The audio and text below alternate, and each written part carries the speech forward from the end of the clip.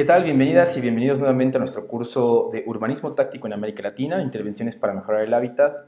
Estamos explorando todavía nuestro módulo número 1 en esta segunda parte, en donde hablaremos sobre algunos ejemplos que nos han traído diversas naciones, diversos ejercicios en algunas ciudades de diferentes países, pero que sobre todo lo más nutritivo de este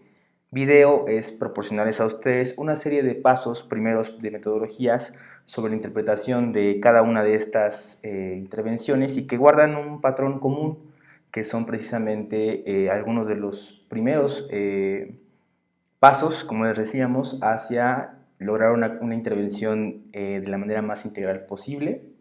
Así que, como ustedes saben, nos toca, además de conocer en América Latina algunos de los ejemplos tangibles, vamos a iniciar también a detectar esos movimientos emergentes del urbanismo táctico, que son también apropiaciones del espacio público y buscan precisamente su renovación, su regeneración a través de diferentes estructuras, materiales, etcétera. Y bueno, pues también vamos a adelantarles algunos avances en políticas públicas que hemos tenido en México y en algunas partes de América Latina.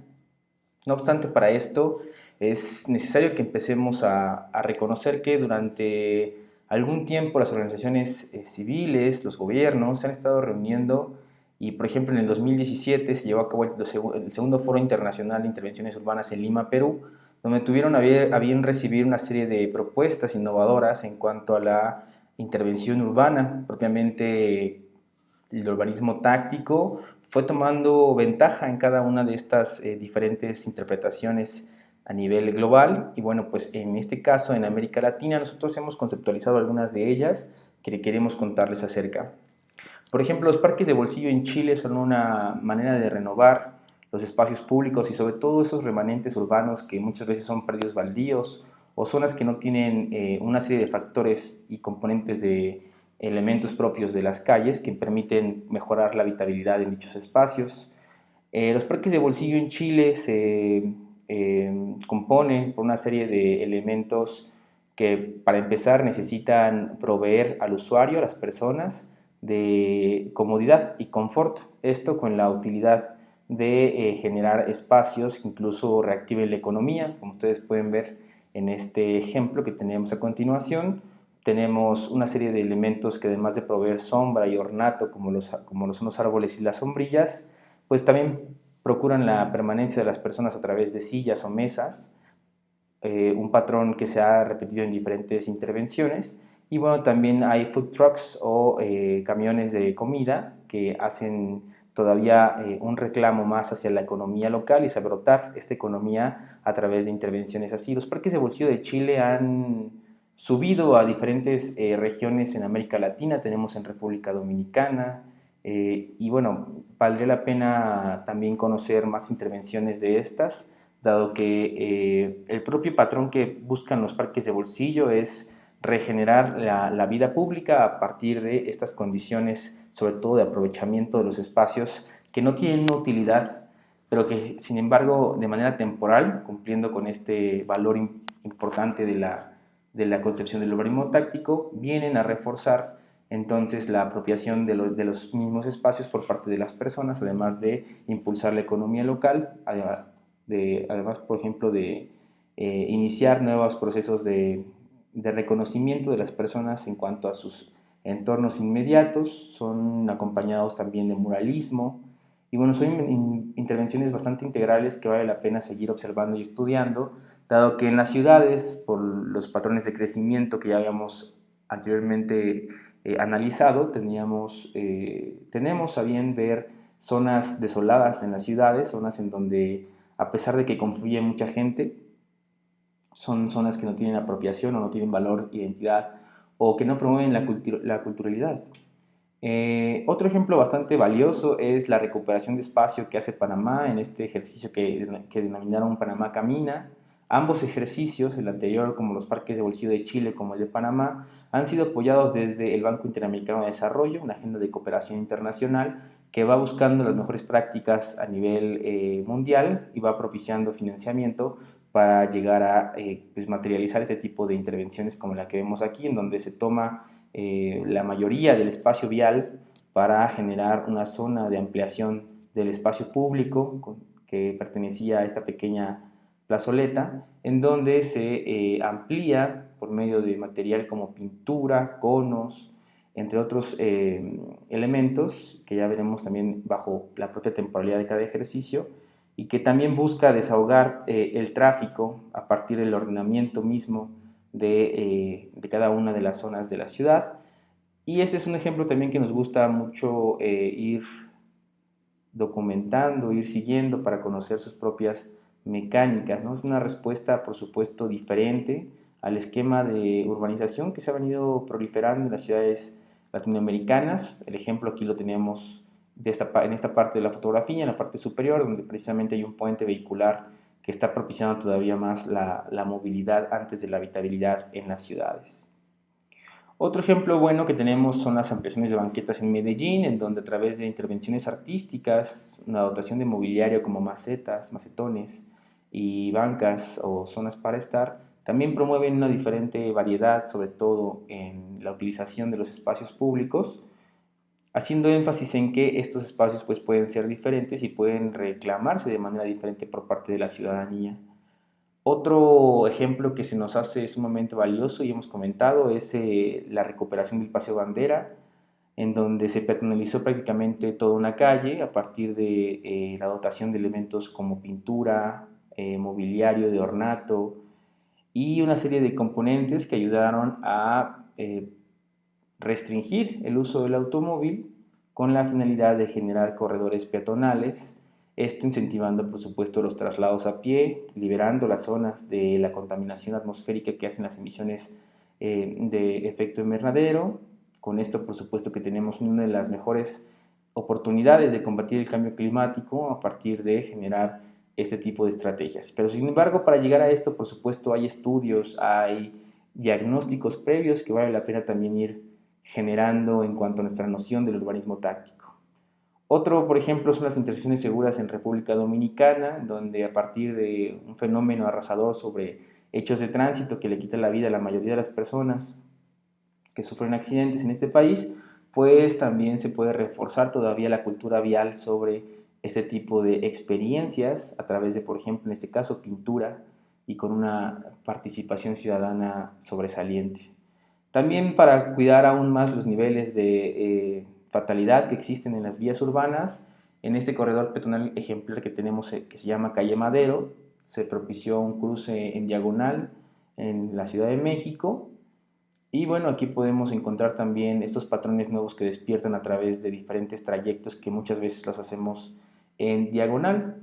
A esto también se le llama quinografía, que es el estudio de los trayectos más inmediatos de las personas a partir de sus propias líneas de deseo, que ya conoceremos más adelante sobre esto.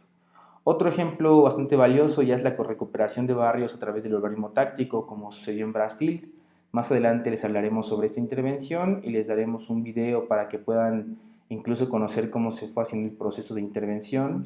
Algo que se nos hizo sumamente valioso es pues la interpretación de la ampliación de las banquetas en este ejercicio, en donde además de pacificar el tránsito, es decir, moderar las velocidades vehiculares, se toman ampliaciones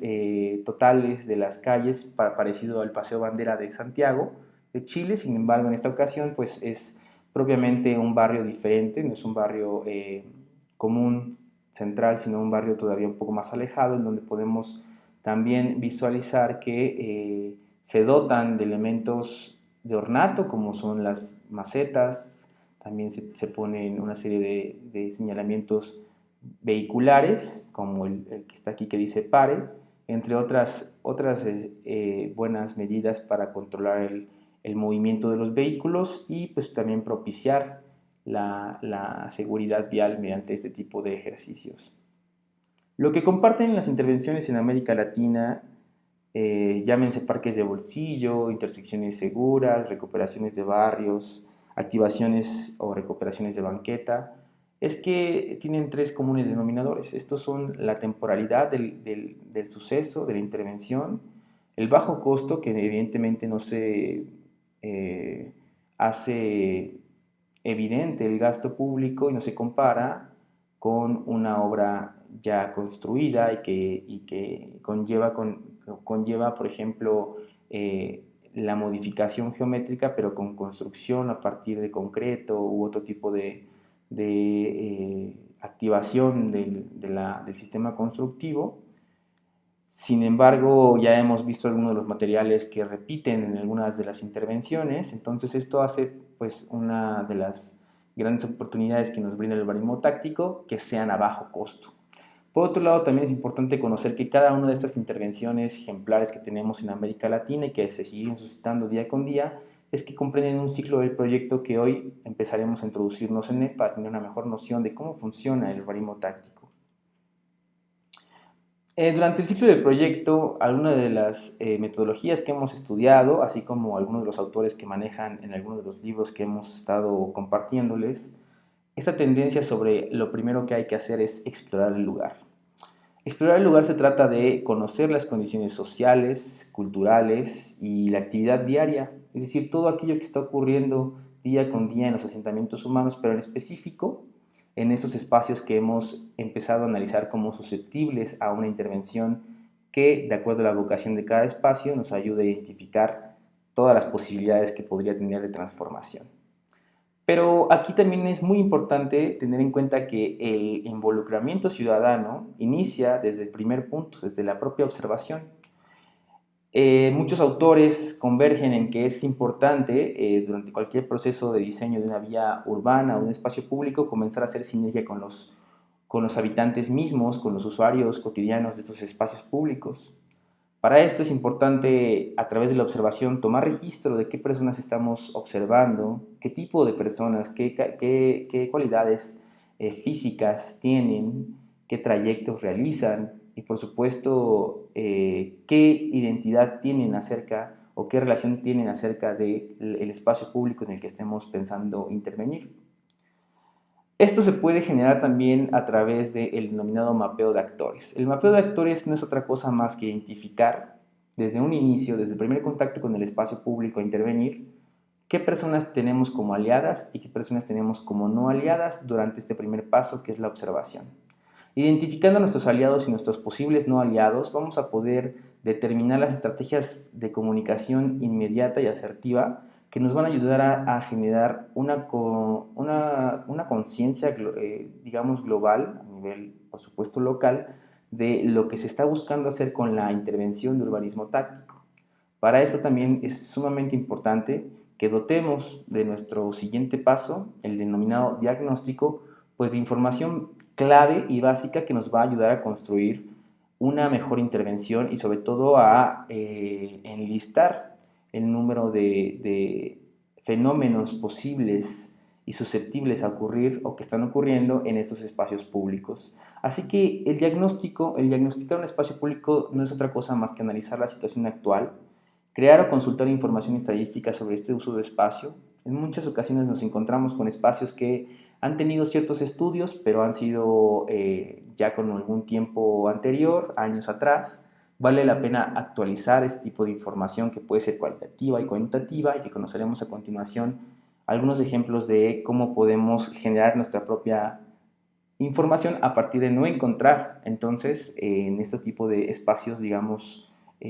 aún no estudiados, pero que podemos nosotros como pensadores del urbanismo táctico pues generar ya propiamente información que sea de utilidad para sobre todo tener una evidencia del antes y el después del uso del espacio a partir de una intervención. El manual de parques de bolsillo, de la implementación de parques de bolsillo que ustedes tendrán alojado en su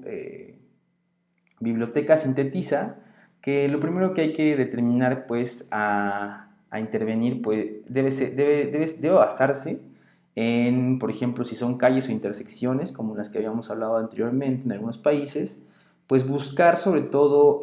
cómo se conforma este tipo de intersección, si por una vía, por dos vías, por tres vías, por cuatro vías, y cada una de estas tiene y recibe un nombre diferente. Por ejemplo, la que tenemos del lado izquierdo, perpendicular, puede ser obtusa, puede ser de multirramales, es decir, de muchas ramas de vías que están comunicándola, y cada una de estas tiene, por supuesto, un tratamiento diferente y una cognición diferente, sean espacios públicos como parques, andadores, o también como extensiones propias de banqueta. Siempre hay que tener bien presente en el diagnóstico que hay que identificar de qué espacio se trata.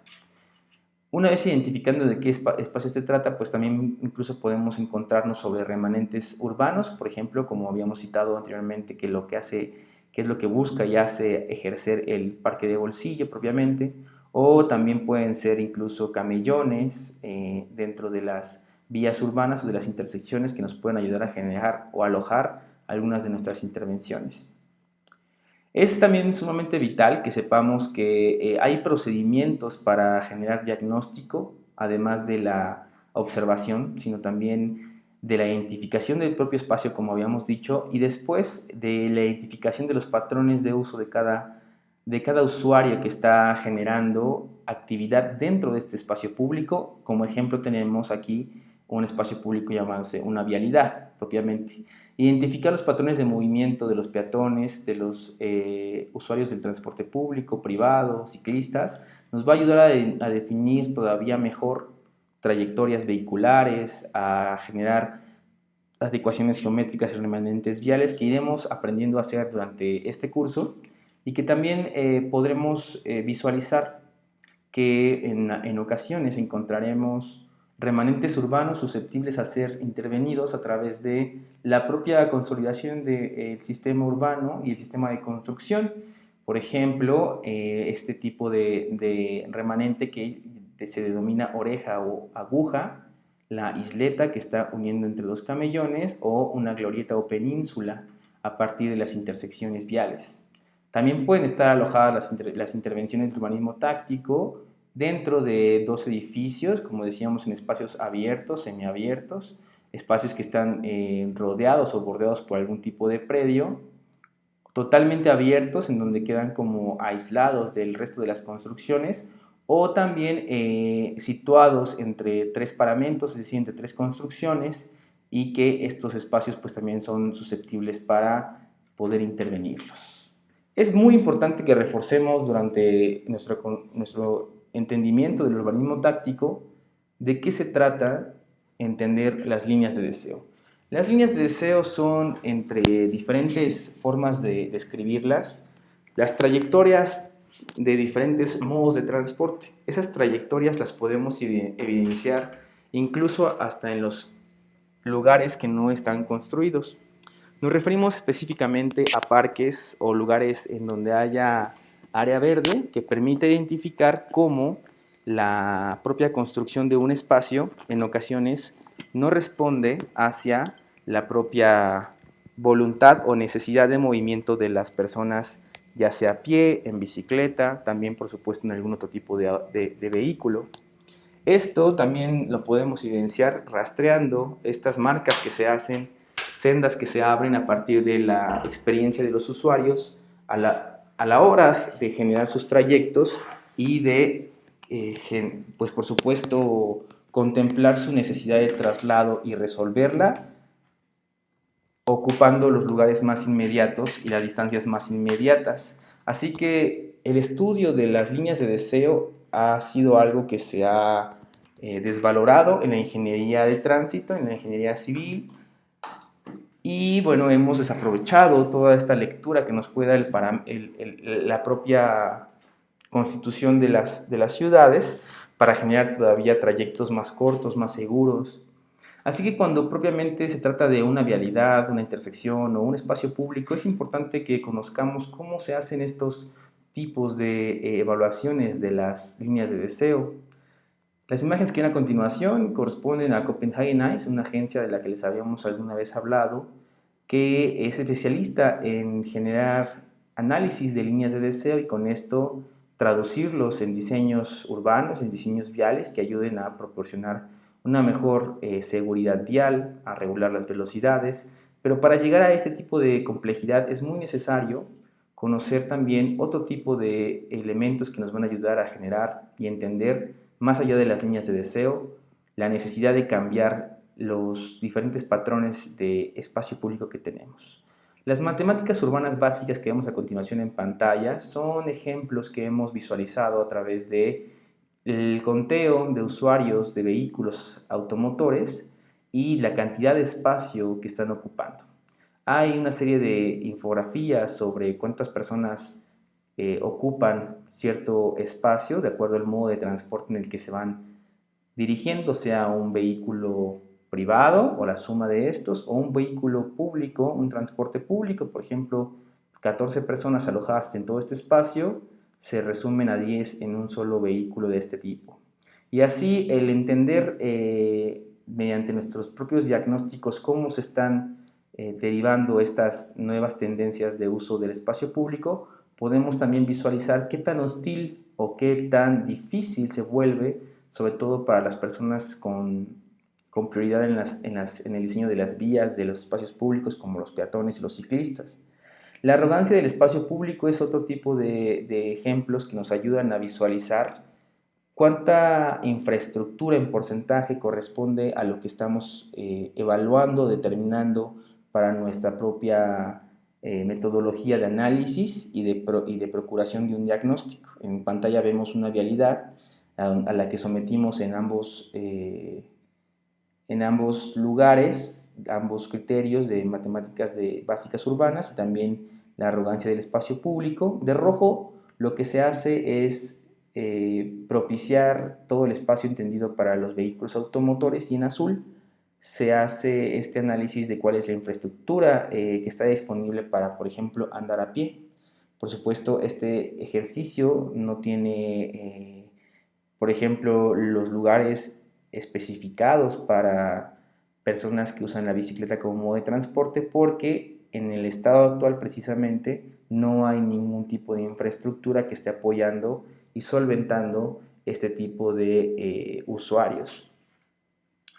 Cuando no tenemos información a la mano y se tratan de lugares que tenemos que estudiar para poder diagnosticar y determinar el tipo de intervención que debamos hacer, es muy importante que contemos con nuestros propios formatos.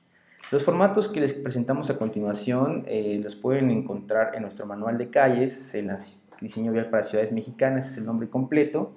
y que nos ayudan a generar sobre todo información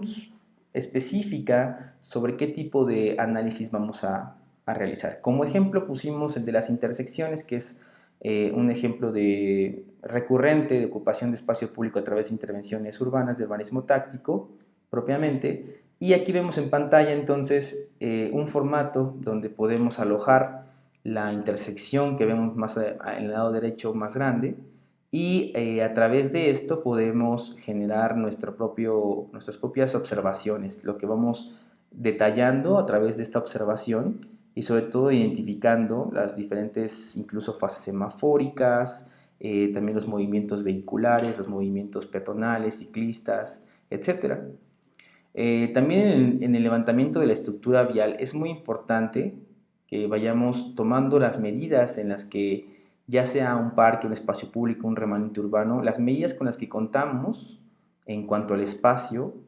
sobre todo para que éste se lleve mediante un levantamiento arquitectónico urbano, que es lo que más se sugiere a la hora de intervenir, un espacio para generar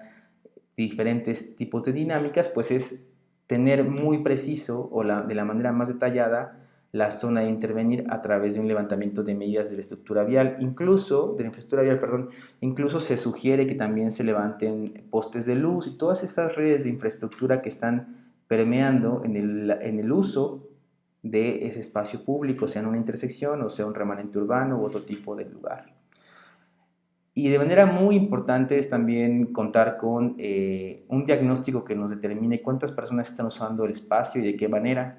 Por ejemplo, en este ejemplo que tenemos de formato número 3 de aforos direccionales por tipo de usuario, aquí podemos determinar incluso cuántas personas y en qué volúmenes están pasando de acuerdo a los intervalos en los que estemos pensando hacer un levantamiento de aforo. Los aforos, sobre todo, podemos hacerlos en intervalos de 15 minutos, son sugerencias que se hacen a partir de la ingeniería de tránsito,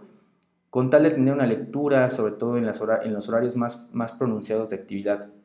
de vida pública. Esto quiere decir en las horas pico o las horas valle, en donde podamos determinar patrones de movimiento, pero sobre todo llevar a los análisis hacia algo más cualitativo que cuantitativo. Los mejores aforos son aquellos que incluso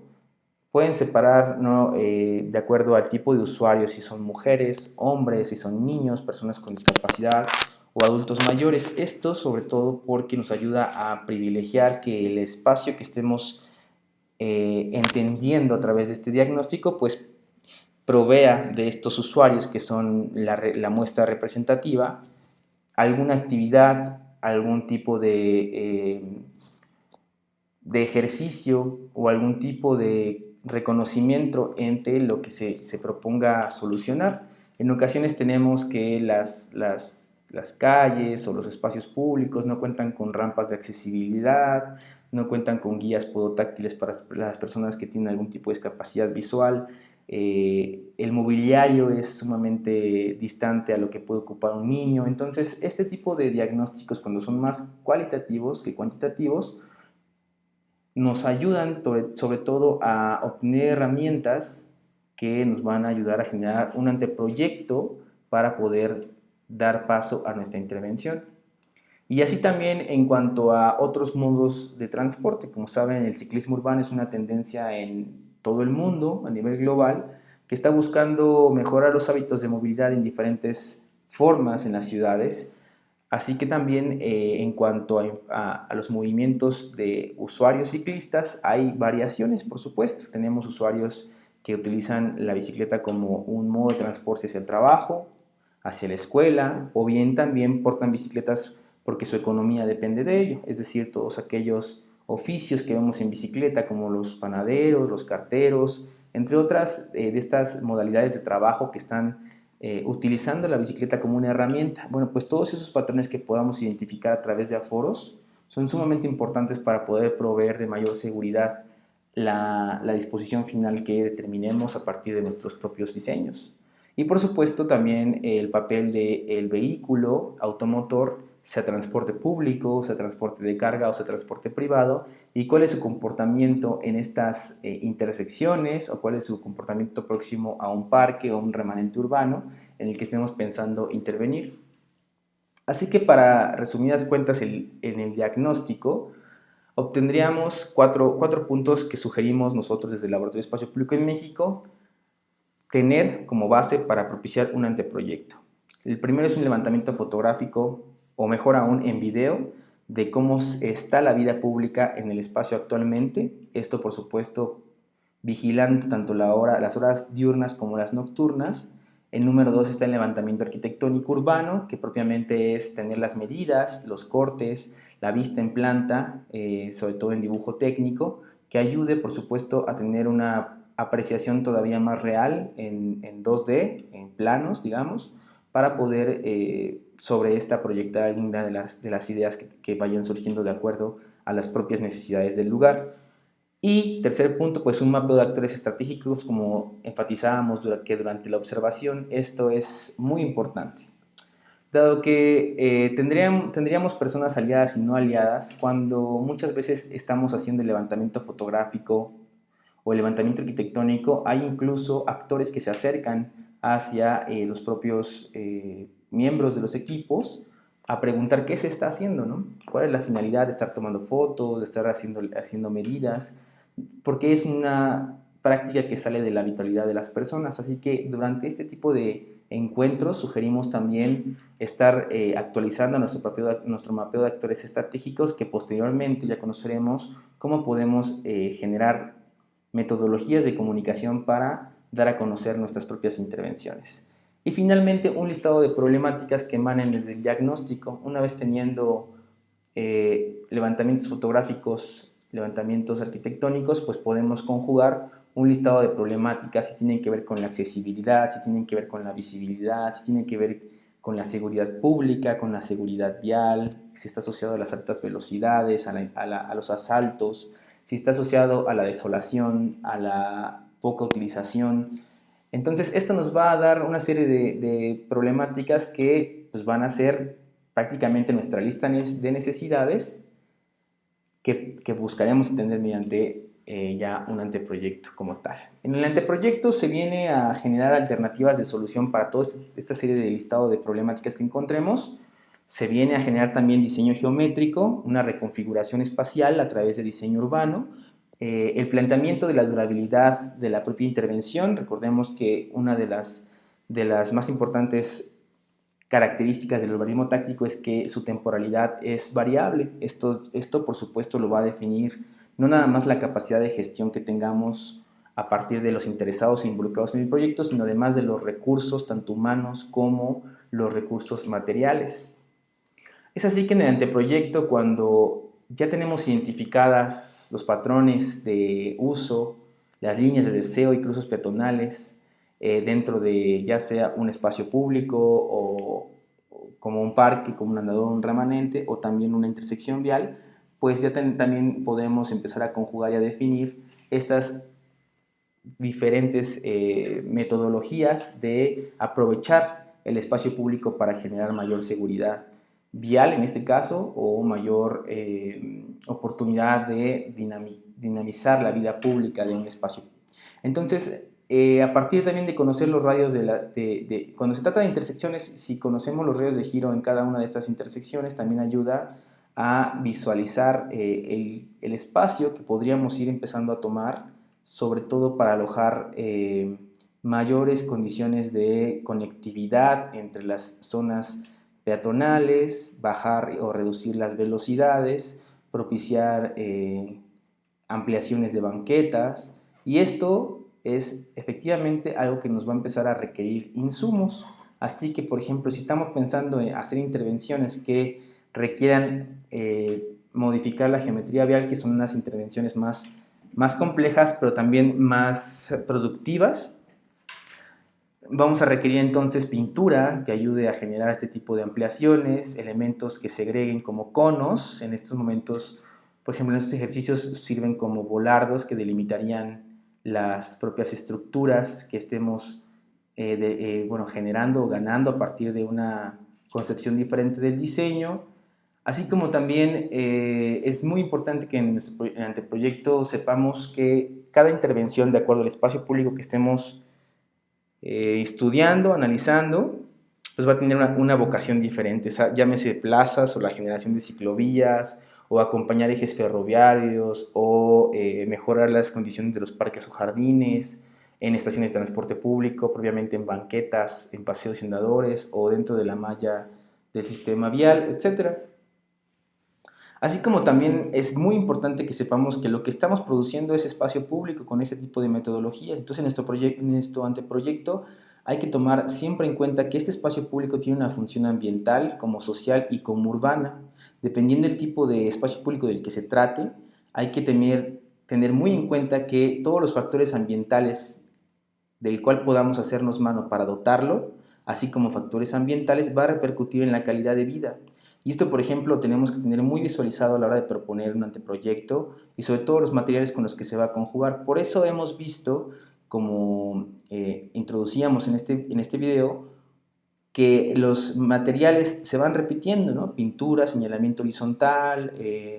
elementos de ornato como macetas o macetones, macetas grandes, así como también conos o por otro lado también tenemos señalamiento vertical diferente, así como juegos que se propician, ¿no? Entonces todo esto, todos estos factores nos van a también ayudar a generar ya sea una función social, urbana y ambiental dentro del espacio público que estemos pensando intervenir.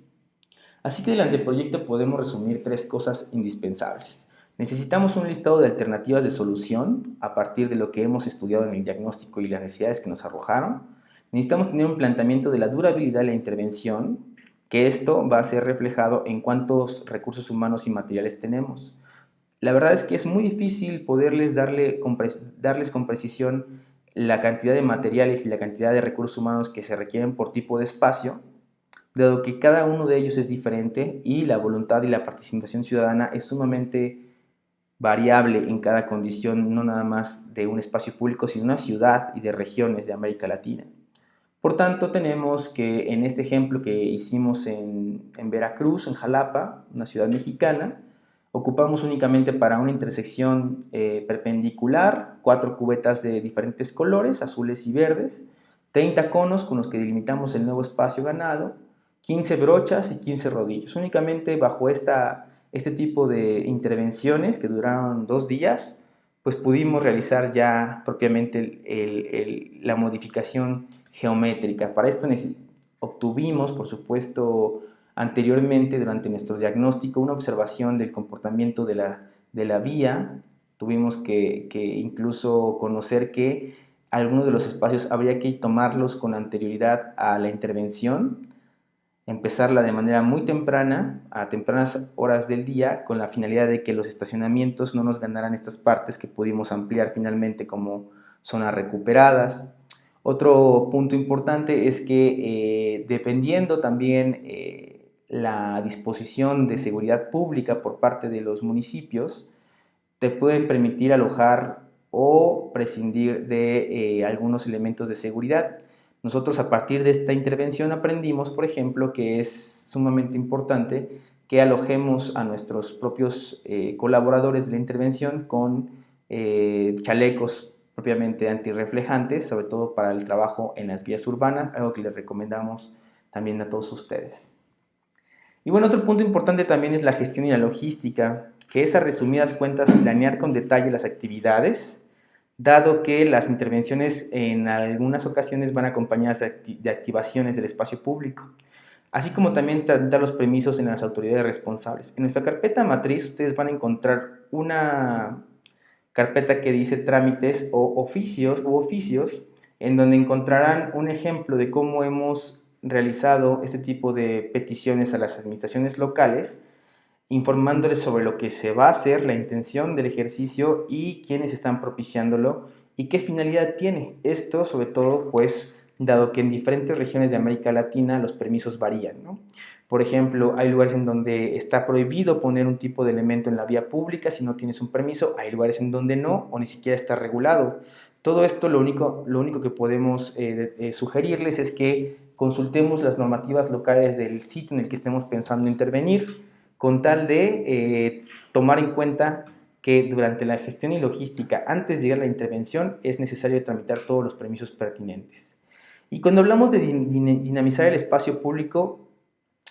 hablamos de que en ocasiones las propias intervenciones requieren incluso para su interpretación no nada más de los colaboradores, bueno, aquí ya teníamos chalecos, como pueden ver algunos de nosotros, no nada más digamos, la propia generación de actividades de quienes están interviniendo, sino como respaldo, ustedes habrán encontrado que hay intervenciones en donde se pintan aviones o rayuelas o este tipo de ejercicios que se pueden realizar en el espacio público propiamente para dinamizar su uso, ¿no? Por ejemplo, en Dragão do Mar en Brasil, este avioncito que se hizo, pues precisamente es uno de los juegos comunes que hay dentro de la dinamización del espacio público como sitio de juego, es decir, aquí se le cambia la vocación a la calle hacia algo que se disfrute más allá de que se sirva como sitio de tránsito. Y bueno, hay otros tipos de movimientos emergentes que respaldan el urbanismo táctico, como son las cebras por la vida o los festivales para pintar cebras, también llamados cebratones. Algunos de ellos han sido ya replicados en distintas partes del mundo, así como también hay ejemplos de la propia ampliación del espacio público, sobre todo de las utilidades del espacio público para representar lo posible dentro de lo también permitido. Por ejemplo, la arquitectura portable, este tipo de elementos que componen y conjugan la arquitectura con la ingeniería industrial y que pueden ser alojadas dentro de espacios públicos para que pues propicien ambientes diferentes y den mensajes contundentes. En este caso pues son publicidades, pero pueden tener otra vocación. La arquitectura portable es toda aquella que nos ayuda a mover la propia construcción o el propio módulo de trabajo en diferentes lugares, ¿no? Entonces son ejemplos de elementos que van emergiendo a través de reinterpretar el espacio público y dotarlo todavía de más actividades para dinamizar su uso. Si ustedes quieren saber más sobre qué tipo de intervenciones de urbanismo táctico existen o han existido, recuerden que tenemos nuestros libros en donde Anthony García y Mike Liddon nos hacen bastantes resúmenes sobre cómo se compone el urbanismo táctico. En este caso, pues el espectro del urbanismo táctico, donde tenemos en una eje Y quiénes son los responsables de ejercer una intervención, y en el eje X cuáles son las tácticas variadas que existen. Entonces pueden ser desde eliminar avisos publicitarios, el bombardeo de sillas, de maleza, patios delanteros recuperados, jardinería de guerrilla, estacionamientos informales para bicicletas o visitacionamientos informales, vendedores ambulantes, food trucks, carros de comida, ayuntamiento pop-up, día sin auto, ¿no? Entonces, cada uno de estos tipos de ejercicios de urbanismo táctico, ustedes lo pueden conocer a través de su propio nombre, que la verdad, para serles muy honestos, cambia de acuerdo a cada una de las regiones a las que hemos estado conociendo. Entonces, vale la pena que nosotros vayamos también identificando toda la variedad de intervenciones tácticas que se pueden realizar, pero también que son ya sea sancionadas o no sancionadas, o van a ser sancionadas o no sancionadas, a partir de quién sea el, digamos, responsable de esa intervención. Si son políticos, pues evidentemente son menos sancionadas, si es de acuerdo al tipo de proyecto en específico, departamentos de municipalidades, alcaldes de la oficina, distritos, desarrolladores, organizaciones sin fines de lucro, ¿no? Donde, por ejemplo, estos son en la mitad del listado que tenemos aquí, normalmente las que hemos visto, las que hemos conocido, y finalmente sesiones de barrio, activistas o artistas, que son pues todavía intervenciones más efímeras, que también contemplan únicamente materiales todavía más diferentes, con diferente durabilidad. Por supuesto que en avances en políticas públicas ustedes tienen que saber que en nuestro siguiente módulo vamos a conocer, además del resto de los pasos para realizar una intervención de urbanismo táctico, una metodología que, si bien nos ayuda a conocer cómo hacerlo, el manual de calles diseño vial para ciudades mexicanas es un instrumento que tiene ahora el gobierno federal al servicio de todos los consultores, urbanistas, arquitectos, ingenieros, para interpretar una mejor noción del cambio de paradigma de movilidad hacia ciudades más habitables, con mejor movilidad, con movilidad más eficiente, segura, cómoda, autónoma, por supuesto cuidando las vidas de las diferentes personas que están habitando nuestras ciudades, y que a través de algunos de los puntos que hemos tocado resumen muy bien una primera metodología de urbanismo táctico que ustedes también irán conociendo, y bueno, ya pueden consultar este manual dentro de nuestra propia bibliografía. También pueden consultar los lineamientos para el diseño e implementación de parques públicos de bolsillo que hace la Autoridad del Espacio Público a través de la Alcaldía de la Ciudad de México hace un par de años ya, y en esta nos ayuda incluso a conocer más sobre su ejecución. Van a encontrar algunos de los diagramas que les hemos presentado durante este video, y bueno, los invitamos a que sigan poniéndole énfasis a las lecturas que les van a ayudar a tener un conocimiento ya más completo del mismo. Y bueno, para finalizar este video tenemos un par de actividades. Dentro de nuestra lista de videos les hemos colgado el video de la intervención de Dragão do Mar en Brasil, que hace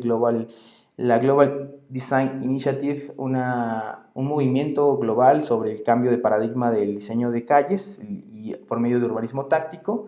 Y finalmente un formulario que viene a hacer una retrospectiva de cómo hemos avanzado en la noción e interpretación de lo que conocimos durante este video. Así que bueno, este fue nuestro